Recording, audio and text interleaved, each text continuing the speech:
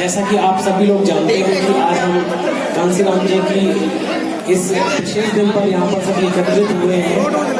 जब हम किसी विशेष दिन पे एकत्रित होते हैं तो हमको ये जानना बहुत ज़्यादा जरूरी होता है कि उस व्यक्ति का क्या योगदान था हमारे समाज के लिए, हमारे देश के लिए, उन्होंने किस चीज़ की पहल की।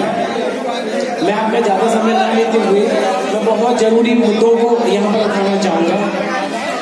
जैसे कि आप सभी जानते हैं, अगर चीज़ें पूर्व में स्थापित है, अगर आप किसी भी व्यवसाय में आपके पिताजी हैं, दादाजी हैं, तब आपको अपने आप को स्थापित करने में मुश्किलें नहीं होती। देखिए शांत हो जाएंगे, अच्छे से सुन पाएंगे आप। जब किसी व्यवसाय में हम अपने आप को स्थापित करते हैं जहाँ पर हमारे दादाजी भी हों, पापा भी हों, तो हमारे लिए आसान हो जाता है। लेकिन ऐसे व्यवसाय में जहाँ हमारा कोई भी ना हो, वहाँ अपने आप को स्थापित करना बहुत मुश्किल हो जाता है। कांसीराम जी ने वो करके दिखाया था हमको। कांसीराम जी ने जब एक नौकरी कर रहे थे, नौकरी के दौरान उन्होंने अत्याचार देखा कि बाबा साहब की ना तो जयंती पर उनको छुट्टी मिल सकती है, ना तथागत बुद्ध की छुट्टी के लिए कुछ वो प्रार्थना कर सकते हैं कि एक दिन का अवकाश क्यों मिलेगा। जब उन्होंने इस तरीके का अपने महापुरुषों का अपमान देखा तो उन्होंने सोचा क्यों ना मैं अपने एक नई पहल करूं। जितने भी संगठन थे, एससी के लिए, एसटी के लिए, ओबीसी के लिए, माइनॉरिटी के लिए, उनका एक संगठन बनाया ताकि उस संगठन के जरिए एक अच्छे तरीके से बार्गेनिंग कर सके, लोगों को बता सके कि जो 85% जिनको एक इस देश में नकारा गया है सही तरीके सामाजिक तौर से, उनको एक स्थान मिलेगा वहाँ पर। बाबा साहब के जो मूल्य थे, बाबा साहब की जो विचारधारा थी, उसको सही तरीके से आगे स्थापित किया जा सके। लेकिन जो एक विचारधारा जो पहले से स्थापित हो चुकी है, जिसकी जड़ें बहुत मजबूती से इस समाज में लगी हुई है, उसको हिलाना बहुत मुश्किल था। लेकिन उन्होंने फिर भी वो करके दिखाया। बाबा साहब और कांसीराम जी में काफी अंतर था, लेकिन दोनों का उद्देश्य एक था कि समाज को एक नई आयाम पर लेके जाना, इस समाज को वहां ले जाना जहां पे ये डिजर्व करता है। लेकिन क्या हुआ, कई संगठन बनाए, संगठन की हम विफलता भी देखते हैं। आज वर्तमान समय पर मथुरा जिले में ही बाबा साहब को लेकर कितने प्रकार के संगठन चल रहे हैं, जो एकीकरण उन्होंने करना चाहा कि एससी को भी साथ लेकर आऊं, मैं एसटी को भी साथ लेके आऊं, ओबीसी को भी साथ लेके आऊं, माइनॉरिटी को भी साथ लेके आऊं। वर्तमान स्थिति क्या है कि आज एससी में भी जो जाटव समुदाय है उसके भी कई संगठन बने हुए हैं। ये ऐसा विकेंद्रीकरण हमने अपने सामाजिक संगठनों का, राजनीतिक संगठनों का बनाया है कि मेरे हिसाब से ग्राम पंचायत की सीट जीतना भी बहुत मुश्किल हो जाएगा। आप सोचते हैं कि मेंबर ऑफ पार्लियामेंट और ये प्रधानमंत्री के लिए उम्मीदवार बने, ये पूरा सपना होगा मात्र। देखिए, आपको इतिहास को पढ़ना पड़ेगा। इतिहास में जो हमारे साथ गलतियां, जो इतिहास में जो चीजें हुई हमारे साथ, उनको दोबारा नहीं दोहरा जाएगा। मैं मास्टर्स हूँ पॉलिटिकल साइंस से, उसमें विशेष रूप से मैं प्रभावित हुआ सुकरात के जीवन से। मैं चाहता हूँ सुकरात के जीवन की एक छोटी सी चीज आपको मैं साझा करूँ आप लोगों के साथ। सुकरात को, जब सुकरात ने सच बोला था अपने देश में कि युवाओं को जो शिक्षा दी जा रही थी उस समय पर, वो शिक्षा इस प्रकार की शिक्षा दी जा रही थी कि तुम्हारे पास पैसा होना चाहिए और पावर होना चाहिए, यही तुम्हारे जीवन का उद्देश्य होना चाहिए। अच्छा जीवन के आधार यही होते हैं। तो सुकरात ने बताया कि यहाँ के युवाओं को खराब किया जा रहा है, ये गलत तरीके से उनको शिक्षित किया जा रहा है। लेकिन उन्होंने कहा था कि ज्ञान आधार होना चाहिए व्यक्ति के जीवन का। अगर व्यक्ति ज्ञानवान है, वो एक समानता स्थापित करेगा, भाई बंधु स्थापित करेगा। लेकिन लोगों ने क्या किया, उनकी विचारधारा को नकार दिया और उनको यही सच बताने के लिए जेल में डाल दिया गया। उनका विचार था कि मैं इस विचार, जो उनका पहले से जो विचार चल रहा था कि पैसा और ये राजनीतिक सत्ता ही जीवन के आधार है, उन्होंने कहा नहीं, ये गलत कह रहे हैं, गलत शिक्षा दे रहे हैं। तो उन्होंने उनको उस चीज के लिए जेल में डाला गया। तो उनके जो शिष्य थे प्लेटो, उन्होंने कहा था कि गुरु आपने सच बोला है, ये आपके सच को हजम नहीं कर पाएंगे यहाँ पर, और आप यहाँ से निकलो। उन्होंने कहा था कि उनको कारावास में डाल दिया गया। तो प्लेटो ने कहा इनको छुड़ा ले जाओ, मेरे गुरु हैं और यहाँ पर सब लोग हैं, भ्रष्ट लोग हैं, इनको समझाना मुश्किल है। तो सुकरात ने बोला कि देखो प्लेटो, मैं चाहता हूँ तुम मुझे मेरे लिए अच्छा करना चाहते हो, तुम मुझे यहाँ से ले जाना चाहते हो, जान बचाना चाहते हो? तो उन्होंने कहा नहीं, मैं यहाँ से नहीं जाऊँगा बिल्कुल भी, अगर मैं यहाँ से लेकिन आज हमको जरूरत है कि हम उस विचारधारा को तुरंत, कोई भी हमें कुछ अवसर मिलता है उस अवसर के सामने गवा देते हैं बिल्कुल। मैं कह रहा हूँ बहुत से लोग कांसीराम जी को नहीं जानते। कांसीराम जी के जीवन को जब जानेंगे, बोलेंगे, उनके जो विचार थे, उन्होंने कहा था कि हम तो ब्राह्मणवाद के खिलाफ है, हम मनुवादियों के खिलाफ है, लेकिन उन्होंने तो साठगांठ की थी बीजेपी के साथ भी, सपा के साथ भी जब समय आया था। लेकिन उन्होंने जो साठगांठ की थी, क्यों की थी, किस आधार पे की थी, और वो साठगांठ से उनको राजनीतिक मजबूती क्या हुई है, उस चीज को भी हमको अमल करना चाहिए। आज देखिए मैं प्रैक्टिशनर हूँ यहाँ पर मथुरा डिस्ट्रिक्ट कोर्ट में, ज्यादातर जो मुकदमे आते हैं हमारे समाज के लोगों के साथ बहुत शोषण होता है। एनसीआरबी का जब आप डेटा देखेंगे उसमें आपको पता चलेगा SC ST के जो केसेस होते हैं हमारे लोगों के साथ टॉर्चर किया जाता है, लेकिन बाद में एक समझौता के तहत उस केस को वापस ले लिया जाता है। वो कानून हमें एक सुरक्षा प्रदान करता है, और जब उसमें देखेंगे हमारे साथ टॉर्चर करने वाली कम्युनिटी कौन है, हमारे साथ अत्याचार करने वाली कम्युनिटी कौन है, और हमारी उसके प्रति कितनी मजबूती है कि हम उन केसेस को वापस ले लेते हैं। फिर बाद में कहा जाता है कि नहीं, ये जो केसेस होते हैं इनमें एक्यूटल ज्यादा होता है, छोड़ दिए जाते हैं, इसलिए ये SC ST इतना प्रभावी नहीं है, इसको कम किया गया। कई बार मौके आने पर इसको हटाया भी जा सकता है, एक बार प्रयास भी किया गया था। अब अभी एक नया कानून लेकर आए कि जो ऑनलाइन मीडिया है, हमारा कोई चैनल तो है नहीं है जो हमारी बात को रख दे। किसान आंदोलन से आपको बहुत बड़ी सबक मिलना चाहिए कि एक इस देश जहाँ की अर्थव्यवस्था में 50% से अधिक लोग प्रत्यक्ष और अप्रत्यक्ष रूप से कृषि में संलग्न है, जब उनके अधिकार उल्लंघन किए गए तो उनकी बात सुनने के लिए कौन आया? आप तो अपनी संख्या को 1585 के हिसाब से लेकर चलते, क्या होगा बताइए? कौन आपकी आवाज को सुनेगा? वहां पर कौन सा मीडिया चैनल है जो आपकी आवाज को वहां दिखाएगा? कौन व्यक्ति सुप्रीम कोर्ट में या फिर वह सेंट्रल लेजिस्लेशन में जो आपकी बात को रखेगा? मैं कह रहा हूँ कि समय से रह के अपना आत्मनिरीक्षण करने की जरूरत है कि आज अगर हमने नहीं सोचा इन चीजों को, ये आज का दिन नहीं है जो हमें सोचना है। 14 अप्रैल नहीं है, जिस दिन हमको ये निर्धारित करना पड़ेगा कि बाबा साहब को याद करना है या कांसीराम जी को याद करना। अरे उनके मिशन को हर दिन तुमको आग देनी पड़ेगी, हर दिन उनको आगे ले जाना पड़ेगा। एक ऐसा कानून लेकर आएगी कि सोशल मीडिया प्लेटफॉर्म पर जो ऑनलाइन न्यूज डालते हैं उनके लिए उनके कंटेंट की जिम्मेदारी उनकी खुद की होगी। कल को तुम न्यूज डालने लगोगे, सच्चाई को दिखाने लगोगे, तुमको बंद कर दिया जाएगा। कई ऐसे कानून है, UAPA के कानून है, NSA के कानून है, और सेडिशियस लॉज है, राजद्रोह के जो कानून है, आपका कोई व्यक्ति आपको वहां से छुड़ा भी नहीं सकता, क्योंकि जो और प्रतिष्ठित लोग हैं उनकी तो बेल वहां से बहुत मुश्किल हो जाती है, हम लोगों के लिए कौन करेगा?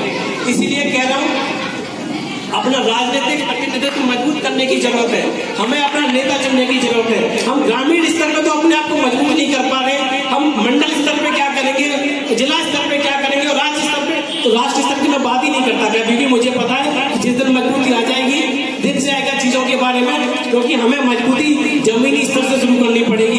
ये बदलाव हमें ऊपर से लाने की जरूरत नहीं है, बदलाव जमीनी स्तर पे लाना पड़ेगा, क्योंकि जितने संगठन आज चल रहे हैं, राजनीतिक संगठन जो बनाए हुए, पहले उनका केंद्रीकरण यहाँ जमीनी स्तर पे हमको चाहिए। उन लोगों के साथ हमें नेगोशिएट तो करो, चीजों को जानो तो चाहिए, उनके विचार कैसे भिन्न हो रहे हैं उनके, क्योंकि वो भी बाबा साहब के अनुयायी है, हम भी बाबा साहब के अनुयायी हैं। आखिर क्या अंतर आ गया हमें उनमें? अगर हर व्यक्ति एक दिन ऐसा आ जाएगा, हर घर में संगठन होगा, हर घर में उसका अध्यक्ष होगा। आप इसी तरीके के अध्यक्ष बनना चाहते हैं, इसी तरीके के संगठन बनाना चाहते हैं क्या? इतना माइन्यूट स्तर पे आपको छोड़ दिया गया। आप सोचिए, अगर आपके साथ कुछ भी घटना होती है, कौन होगा आपके साथ? बताइए। मैं कह रहा हूँ कि यहाँ पर जब मैं कोर्ट में चीजों को देखता हूँ, मैं हर दिन प्रभावित होता हूँ चीजों को देख के कि हमारा आखिर प्रतिनिधित्व कौन करेगा? वहां कोर्ट में न्याय मिलना बहुत मुश्किल है, लंबी प्रक्रिया है। हमारे लोग आर्थिक रूप से कमजोर हैं, क्योंकि अत्याचार उन्हीं के साथ होता है जो आर्थिक रूप से और सामाजिक रूप से कमजोर होते हैं। उनका हित कौन लेगा? अच्छे वकील की वो फीस नहीं दे पाएंगे, और जो मुफ्त की जो एक संवैधानिक एक प्रक्रिया के तहत उनको लीगल एड दी जाती है, उसकी काफी लंबी प्रक्रिया वो नहीं मिल पाती है, और मिल भी पाती है तो उसमें ऐसे वकील होते हैं जो आपको न्याय नहीं दिला पाते, आपका केस खराब हो जाता है पूरे तरीके से। ना तो हम इस न्यायिक प्रक्रिया में अच्छे तरीके से हमारा प्रतिनिधित्व है, न कार्यपालिका में है, न विधायिका में, तो हम कहाँ पर रिप्रेजेंट होते हैं? हम बोलते हैं 85% लोगों का 15% लोगों ने उनको अत्याचार किया है, हमें शर्म नहीं आती है बोलते हुए। 15 ये बोले 85 लोगों को 15 लोग परेशान कर रहे हैं, तो आप 85 लोगों पे कुछ हुआ ही नहीं, तो आप 85 लोगों को 85 क्यों बोलते हो? मैं बोलूं उनको आप एक एक करके बोलो, एक एक करके 85 है, वो 85 एक साथ नहीं है। हमें जरूरत है 85 को एक साथ लाने के लिए। किस तरीके से लाएंगे? हर दिन को हम अलग तरीके से सेलिब्रेट करते हैं। अगर 14 अप्रैल है तो जाटक इकट्ठे होंगे और कोई बात समझेगा ही नहीं कि हमारे लिए किया क्या उन्होंने बाबा साहब ने। कोई अपने आप को एफिलिएट नहीं करना चाहता, गवर्नमेंट सर्विसेज में है। मैं कह रहा हूँ कि संविधान पढ़िए। बाबा साहब ने संविधान के भाग 3 जहाँ पे मौलिक अधिकार दिए, वो मौलिक अधिकार व्यक्ति को जानवर से इंसान बनाते हैं, उनको मजबूती प्रदान करते हैं। वो सभी जो अधिकार दिए गए वो राज्य के विरुद्ध दिए गए कि राज्य ये नहीं करेगा, राज्य वो नहीं करेगा। व्यक्ति इतना शक्तिशाली है और हमें अपने अधिकारों को नहीं पता तो सोचते हैं राज्य मजबूत है। जब कोई आदमी राज्य के सामने टकराता है तो वो अपने आप को फिर देखता है कि कोई उसके साथ में नहीं आ रहा है, ना तो कोई राजनीतिक दल आ रहा है, ना कोई संगठन आ रहे, वो कमजोर महसूस होकर दब जाता है, फिर आवाज भी नहीं उठाता है। अभी कुछ दिनों पहले एक बयान दिया गया था भगवान बुद्ध के लिए, और उस बयान पर जितने भी बौद्धिक संगठन थे जिनको बोलना चाहिए था, जो तथाकथित बौद्धिक संगठन थे जिनको बोलना चाहिए तो शांत थे, और वहां पर राय जी ने वहां पर अपना प्रदर्शन किया, वहां पर उनको ज्ञापन सौंपा। और मैं कह रहा हूं कि इस तरीके के व्यक्ति जब हर जगह होंगे, जब इन व्यक्तियों को सम्मान मिलेगा, आधुनिक रूप से आपको सुकरात मिले हुए हैं। मानिए आप इस चीज को, अगर आप समय के रहते इनकी कीमत समझते हैं, अच्छा रहेगा समाज के लिए भी। नेता देखो, नेता के लिए प्लेटो ने बताया था जब आदर्श राज्य के लिए कि नेता कैसा होना चाहिए, तो उन्होंने कहा कि नेता ऐसा होना चाहिए जिसकी ना तो कोई संपत्ति हो ना परिवार हो, क्योंकि जब इसकी संपत्ति होगी तो संपत्ति अर्जन करने में लग जाएगा। परिवार होगा तो परिवार के लोगों को आगे बढ़ाएगा, अपना व्यवसाय सभी तरीके से। तुम्हें ये चीज सोचनी पड़ेगी, अगर आपको एक क्षेत्रीय स्तर पर इस प्रकार का मजबूत नेता मिला है तो आप उस मजबूत नेता को इस तरीके से सपोर्ट करके आगे बढ़ाने की प्रयास कर रहे हैं। और हर जगह हमारे लोगों में सबसे ज्यादा कमी है कि बाबा साहब की गुणगान इतने करते हैं। बाबा साहब का जो निचोड़ था जीवन का, संविधान जो बनाया, उस संविधान को देखते तक भी नहीं है। संवैधानिक प्रावधानों के बारे में भी जानकारी उनको नहीं है। मैं सबसे पहली जरूरत तो यही मानता हूँ कि आप लोगों के लिए जो हमारे 6 मौलिक अधिकार है, हमारा समानता का अधिकार, हम सभी समान है, उस अधिकार के बारे में जानना होगा। हमारा जो स्वतंत्रता का अधिकार है, उस अधिकार के बारे में जानना होगा। इन अधिकार, हर अधिकार के पीछे एक बहुत बड़ी लंबी लड़ाई रही है। अगर हम उस अधिकार को ऐसे ही त्याग देंगे तो बाबा साहब अगर सोचते हुए, अगर देखते होंगे इन चीजों को कभी, तो क्या सोचेंगे कि मैं क्या इन लोगों के लिए मैंने लड़ाई की थी, कि इन लोगों के लिए मैंने अधिकार और संविधान वगैरह बनाया था, जिनको आज कोई मतलब तक भी नहीं है। ये मानसिक रूप से जो गुलामी आई है, शिक्षा को नकार की आई है। अपने लोगों को जरूरी है कि शिक्षित रहे, अच्छे तरीके से संगठित रहे, संघर्ष करें, क्योंकि बाबा साहब को समझने के लिए आपको बाबा साहब के गाने को समझना पड़ेगा, उनकी विचारधारा को समझना पड़ेगा। और कभी कभी हमें ऐसा लगता है नहीं, बाबा साहब ने तो ऐसा नहीं कहा था, इसी प्रकार का अगर व्यक्ति हमारे समाज का, राजनीतिक संगठनों का जो हमको आजादी मिली है, उसके बाद में जो हमें अधिकार सुनिश्चित किए गए, धीरे धीरे अगर इसी तरीके से हाथ होता रहेगा तो बताइए संविधान, जब बोलते कि हमें संविधान बचाना है, संविधान के किस बात को बचाना चाहते हैं, मैं जानना चाहता हूँ। संविधान को आप जानते तो हो नहीं, तो बचाना किस तरीके से? जब संविधान में धीरे धीरे करके हर आर्टिकल को डाइल्यूट कर दिया जाएगा तब आप बचाना चाहेंगे। जब संविधान पूरी तरीके से उन्हीं की विचारधारा को प्रदर्शित करेगा तब संविधान को बचाना है आपको। क्योंकि जो हमारे अधिकार थे, मैंने अधिकार की बात कर रहा था कि स्वतंत्रता का अधिकार, फिर उसके बाद में हमें अधिकार दिया था कि शोषण के विरुद्ध अधिकार, क्योंकि हमारे लोगों के साथ इतना शोषण हुआ है, भिखारी करते थे, जमींदारी व्यवस्था थी। जमींदारी से मुझे याद है कांसीराम जी का जो उनके साथ एक घटना हुई थी, जब वो रोपड़ में थे, खाना खा रहे थे किसी रेस्टोरेंट में। देखो हम तो टॉलरेंट हैं, हम तो चीजें सुन लेते क्योंकि हमें पता हमारे साथ में कोई नहीं आएगा, क्योंकि हम कांसीराम जी नहीं है। वहां पर कुछ जमींदार बैठे हुए थे और वो कह रहे थे, अरे आज मैंने एक ऐसी वाले व्यक्ति को इतना मारा था, मुझसे जवान लड़ा रहा था। कांसीराम जी खाना खा रहे थे, अपना खाना छोड़ के, उन्होंने कोई साथ में नहीं था, उनका एक मित्र था उनके, उन्होंने कुर्सी उठाई, उस व्यक्ति में इतनी मार लगाई वहां पर, प्लेट टूट गई वहां पर, टेबल उल्टा हो गई वहां पर। तो उस तरीके के व्यक्ति थे कांसीराम जी। तो मैं कह रहा हूँ कि हम सभी नहीं हो पाएंगे वाकई कांसीराम जी। उन्होंने जो चीजें की, जो उनके अंदर आग थी, वो हमारे अंदर इतनी आग नहीं है, क्योंकि नेता सदियों में इस तरीके के एक ही बनता है। और आज आपके पास ऐसे नेता है भी मथुरा स्तर पे। मैंने व्यक्तिगत रूप से इनको जाना, जिस तरीके से आपके साथ हर आपकी समस्या में खड़े रहते हैं। तो हमारे अधिकार, शोषण के विरुद्ध अधिकार, धार्मिक स्वतंत्रता का अधिकार, देखिए बाबा साहब के संविधान ने कैसा अधिकार दिया है, आपको धर्म कोई बात नहीं, अच्छी बात है, विश्वास रखिए। धर्म नहीं पसंद तो धर्म को ही बदल दीजिए, क्योंकि धर्म के आधार पर राजनीति पहले हो रही थी। जब यूरोप की हम राजनीति पढ़ते, इतिहास पढ़ते हैं, तो वहां पर धर्म इतना डोमिनेटिंग फैक्टर था कि धर्म के आधार पर राजा चलता था। आज यहाँ राजा संविधान के आधार पर चलता है। जब वहां पर संविधान नहीं था, तो जब धर्म चलता था, तो उस काल को अंधकार का काल कहते हैं, डार्क एज ऑफ यूरोप बोलते हैं। लेकिन सेम चीज आज यहाँ पर होने के संविधान तो एक नॉमिनल रूप से है, एक नाम के लिए संविधान है, लेकिन रियल फैक्टर्स में जाकर हम देखेंगे तो वहां पर एक धार्मिक ग्रंथों के आधार पर, धार्मिक सोच के आधार पर हमको गवर्न किया जाता है। और हमारी विचारधारा जिसके लिए हमने अपना इतना संघर्ष किया था, बाबा साहब ने जहां तक हमको लेकर आए थे, जहां कुछ नहीं थे तो बहुत कुछ बनाया था, उस चीज को हम फिर से वापस जा रहे थे। क्योंकि बाबा साहब ने काफी सही कह दिया था, क्योंकि उनको एक डर था दिमाग में कि अगर तुम मेरे संगठन को आगे ना ले जा पाओ तो यही छोड़ देना, पीछे मत ले जाने देना इसको, कि हम शायद इसको बहुत पीछे लेके जा रहे हैं। हमने बहुत सीमित कली देखी हमारे संगठन के लिए, हमारे समारोह के लिए भीड़ कितनी है देखिए, आप जानिए इस भीड़ को देखिए आप, ये कितनी भीड़ है हमारे संगठन के लिए। अगर हम किसी इतना तो एक वार्ड की वोटिंग जो होती है, मैं ग्राम पंचायत की नहीं कहता, ग्राम पंचायत की वार्ड की जो वोटिंग होती है वो भी इससे ज्यादा होती है। वार्ड का भी चुनाव जीत पाएंगे, लेकिन मैं पूछ रहा हूँ यहाँ पर आत्मनिरीक्षण करने की जरूरत है। क्योंकि एक चीज समझिए, क्योंकि हमारे देश में कई वर्ग हैं, कई आधार पर वर्ग हैं, जाति के आधार पर, नस्ल के, धर्म के, कई आधार पर वर्ग है। तो अभी कोई कानून आया, आदिवासियों के लिए पहले कानून आया था, आदिवासियों के जो अधिकार खत्म किए गए थे, जंगल में जो उनके अधिकार थे, जो जंगलों में उनकी उपज वगैरह होती थी, उनके अधिकार खत्म, हम बोले भी नहीं। हमें क्या मतलब, हमारा क्या गया है, ये तो शेड्यूल्ड ट्राइब्स के लिए गया है, ऐसी में कोई नहीं बोला, माइनॉरिटी कोई भी नहीं बोला। फिर कुछ समय बाद शेड्यूल्ड कास्ट का अधिकार गया, शेड्यूल्ड कास्ट का अधिकार गया, किसी के लिए रिजर्वेशन को लेके बहुत बड़ा आंदोलन किया गया अप्रैल में पिछले साल में। तो उसमें भी क्या हुआ, तो और लोग नहीं आए, मुसलमान नहीं आए कि बोले कि इनका रिजर्वेशन जो है हमें गया। जब उनकी नागरिकता के लिए कानून लेकर आया तो पूरा मुसलमान आ गया, जाकर नहीं आए, एससी नहीं आए, एसटी नहीं आए, तो एक एक करके मारा जाता है, एक एक करके मारा जाता है। फिर अंत में जाके बोलेंगे उसको मारा तो मैं नहीं था, इसको मारा ये नहीं था, इसको मारा ये नहीं था, अंत में बचेगा कौन? अब किसानों के लिए पहले कोई नहीं बोल रहे थे, अब कोई सरकार का, देखिए आप ये मत सोचिए कि सरकार तानाशाह नहीं हो सकती। अगर सरकार तानाशाह नहीं होती तो संविधान के भाग के अधिकार राज्य के विरुद्ध में नहीं मिलते, क्योंकि उनकी जब परिभाषा पढ़ेंगे तो ऐसा लिखा है कि state shall not do this do that, कि राज्य यह नहीं करेगा, राज्य वह नहीं करेगा, प्रतिबंध नहीं लगाएगा किसी भी प्रकार का, लेकिन जायज प्रतिबंध लगा सकता है। और उन्हीं जायज प्रतिबंधों के आधार पर हमारी आवाज को रोक दिया जाता है। हमारे पास मीडिया का चैनल नहीं था तो हम फेसबुक के जरिए अपनी बातें रख देते थे, इंस्टाग्राम के जरिए अपनी बातें रख देते थे।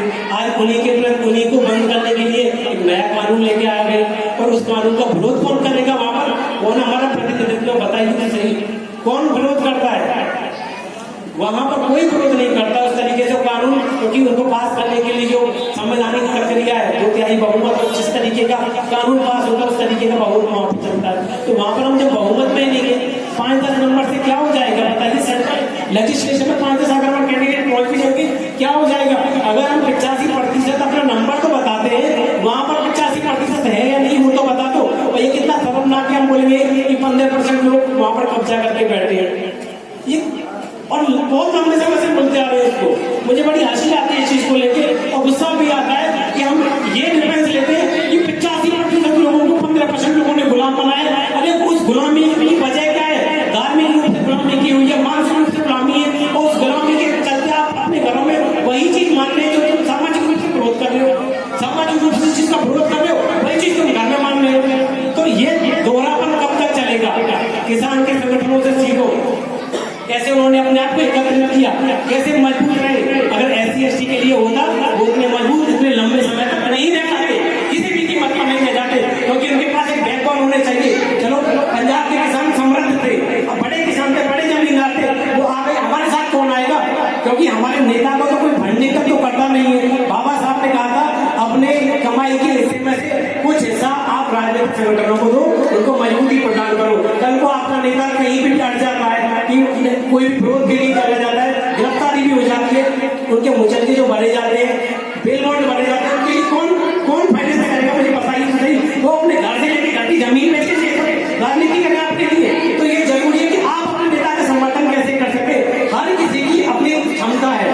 जिम्मेदारी है, आपकी एक श्रोता करते रूप में जिम्मेदारी है, मैं वक्ता हूँ तो वक्ता के रूप में मेरी जिम्मेदारी है, हर किसी व्यक्ति की जिम्मेदारी है, उस जिम्मेदारी के अपन निर्णय कीजिए आप। और संविधान के प्रति अगर आपको सच्चा प्रेम है तो संविधान को पढ़िए और विशेष रूप से मौलिक अधिकारों को पढ़िए। जय भीम।